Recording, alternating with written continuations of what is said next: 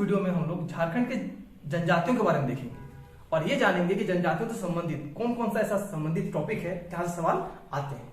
तो सबसे पहले तो आपको ये जानना होगा कि जनजाति बोलते किसको है या जनजाति होता क्या है। तो ये कंसेप्ट हम सबसे पहले आपका क्लियर करना चाहेंगे कि व्हाट इज ट्राइबल्स, यानी कि जनजाति किसे कहा जाता है। इस वर्ड को देखिए, जनजाति। दूसरे लैंग्वेज में हम जनजाति को क्या कहते हैं? आदिवासी कहते हैं।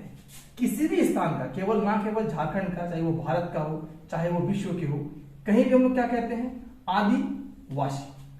यानी ये इसका क्या है? सिनोनिम बोल सकते हैं। अब आदिवासी वर्ड को हम तोड़ते हैं तो दो वर्ड में तोड़ सकते हैं, आदि और वासी। आदि कहने का मतलब किसी स्थान का मूल, और वासी यानी निवासी।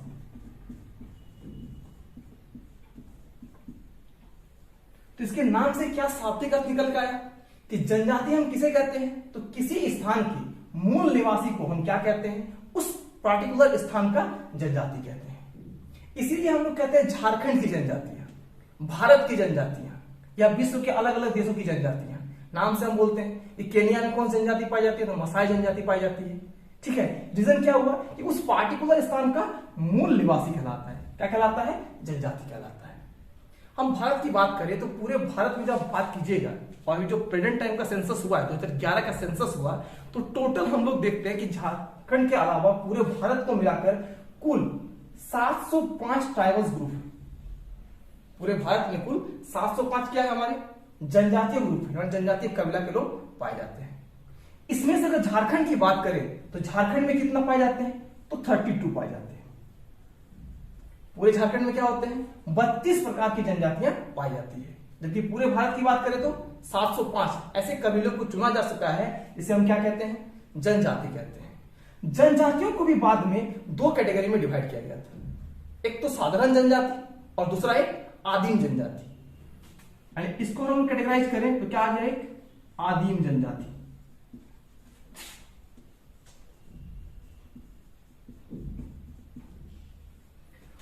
जनजाति वर्ड आ रहा है, मतलब ये भी मूल निवासी होगा। मूल निवासी होने के साथ साथ मतलब मूल निवासी से भी पुराना। आदिम मतलब क्या होगा? पुराना। यानी मूल निवासी से भी पुराना, मतलब सबसे जो पुराना होगा उसे हम क्या कहेंगे? आदिम जनजाति कहेंगे।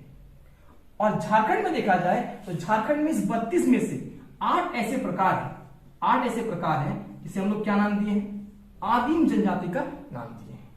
मतलब झारखंड की कुल जनजातियां 32, उसमें से 8 क्या है? आदिम जनजाति। लेकिन भारत में बात करें तो भारत में कुल 75 क्या है? आदिम जनजाति है। ये डेटा भी आप याद कर सकते हैं। आदिम जनजातियों को लेकर जो संकल्पना पहली बार आई थी भारत में, वो लाया गया था ढेबर कमीशन के द्वारा।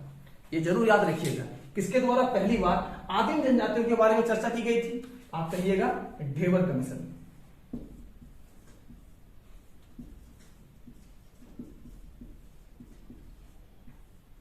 क्लियर? 1973 में ढेबर कमीशन का फॉर्मेशन होता है और ढेबर कमीशन पहली बार एक ऐसा कमीशन बनता है, एक ऐसा आयोग बनता है जो जनजातियों को दो कैटेगरी में डिवाइड करता है। यानी कि ढेबर कमीशन कब बना? 1973। इस प्रकार से देखते हैं कि भारत के संविधान में भी वर्तमान समय में हम लोग देखते हैं कि जनजातीय आयोग का एक अलग मंत्रालय भी है, जिसके जो हमारे मंत्री हैं हमारे अर्जुन मुंडा जी हैं। ये जो मंत्रालय का निर्माण हुआ था, जनजातीय मंत्रालय या जनजातीय कल्याण एवं विकास मंत्रालय, इसका निर्माण भी ऐसे नहीं कि शुरुआत में ही हो चुका था। इसका निर्माण हुआ था 1999 में। 1999 में। क्लियर? आदिवासी मंत्रालय का अलग से। पहले पूरे जनजातियों का जो उत्थान का कार्य करता था वो गृह मंत्रालय के अधीन था। लेकिन बाद में ऐसा देखा गया कि अगर जनजातियों का उत्थान करना है, जनजातियों का विकास करना है, उसे मुख्य धारा से जोड़ना है, तो हमें क्या करना पड़ेगा? उसके लिए एक अलग मंत्रालय बनाना पड़ेगा। और 1999 में जनजातीय मंत्रालय की स्थापना की गई। वर्तमान समय में इसके मंत्री कौन है? आप याद रखिएगा कि अर्जुन मुंडा जी हैं। ये भी आपको याद होगा कि अर्जुन मुंडा जी जो है ये खूंटी लोकसभा क्षेत्र से चुनाव लड़े थे और विजय हुए थे। अब आगे देखते हैं हम लोग इन सभी जनजातियों के बारे में से हमको जो झारखंड के लिए पढ़ना है वो इस 32 प्रकार के जनजातियों को पढ़ना है कि भैया इन 32 प्रकार में सबसे प्राचीन कौन है? 8 आदिम में से सबसे प्राचीन कौन है? इन 8 का कल्चर क्या है, कम्युनिटी क्या है, शासन व्यवस्था क्या है, इसका रहन सहन क्या है, खान पान क्या है, ये सभी टर्म को हम लोग देखेंगे। तो चलिए आगे देखते हैं। तो अभी हम क्या देख रहे थे कि झारखंड में कुल 32 प्रकार की जनजातियों को सूचित किया जा चुका है। आप लोग देखते होंगे अंतिम में कोल और कवर को सूचित किया जा चुका था। तो एक एक करके हम सबके बारे में बात करेंगे, लेकिन जहां से सवाल सबसे ज्यादा पूछे जाते हैं वो क्या है, वो झारखंड की प्रमुख 5 जनजातियां हैं। इसका परसेंटेज क्या है, ज्यादा से ज्यादा है। तो 32 में से पहला 5 जहां सवाल सबसे ज्यादा आते हैं वो जनजाति हमारे आते हैं। पहला तो लिखिए संथाल जनजाति, दूसरे नंबर बात करें तो मुंडा जनजाति, तीसरे नंबर पे बात करें तो उरांव जनजाति,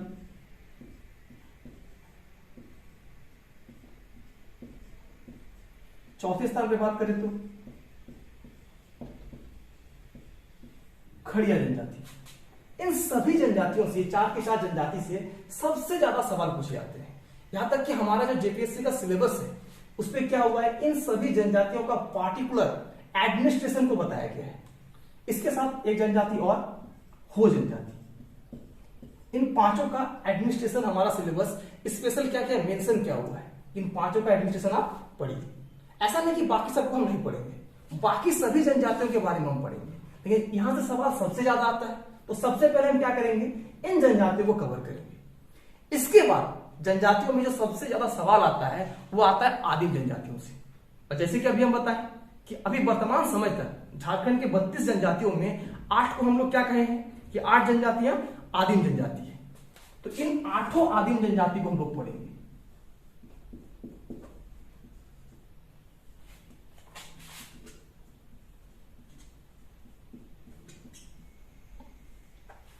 क्लियर? 8 का नाम याद रखिएगा, असुर, बिरहोर,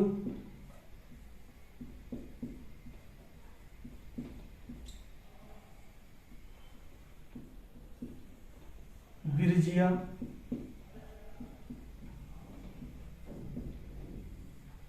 माल पहाड़िया,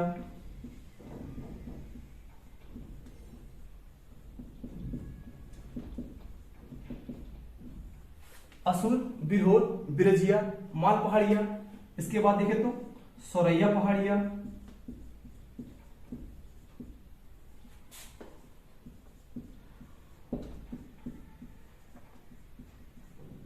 नंबर 6 पे देखते हैं हम लोग कोरवा। 7वें नंबर पे देखते हैं तो परहैया या परहरिया भी बोल सकते हैं इसको आप। और 8वें पर सब।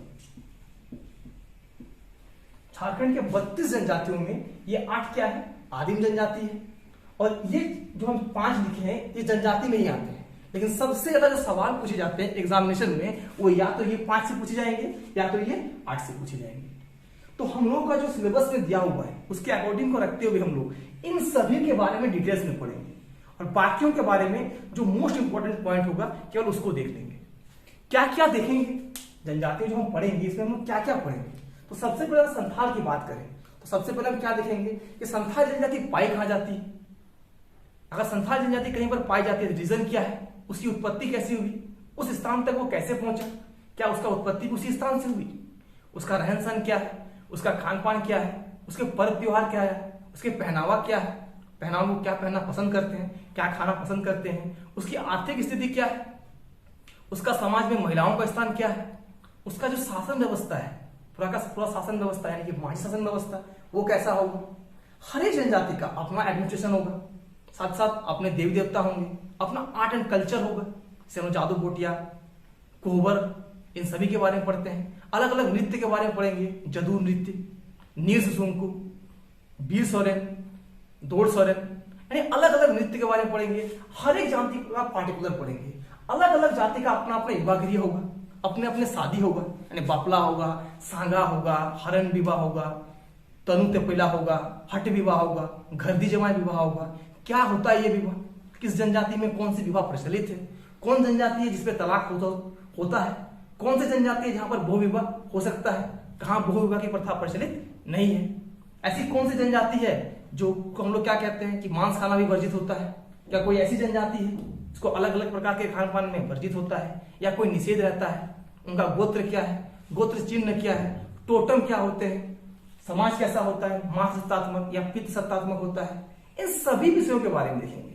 उनका युवा क्रिया कैसे होता है, ये धूम क्रिया किसे कहते हैं, घोटुल किसे कहते हैं, जोंकेड़पा क्या होता है, पेड़पा क्या होता है, ठीक है। अलग अलग टर्म के बारे में कहते हैं कि जनजातियों का उल्लेख किन किन विद्वानों ने किया था, अगर मेस्थनीज ने किया है तो किन नाम से और किस जनजाति को किया है।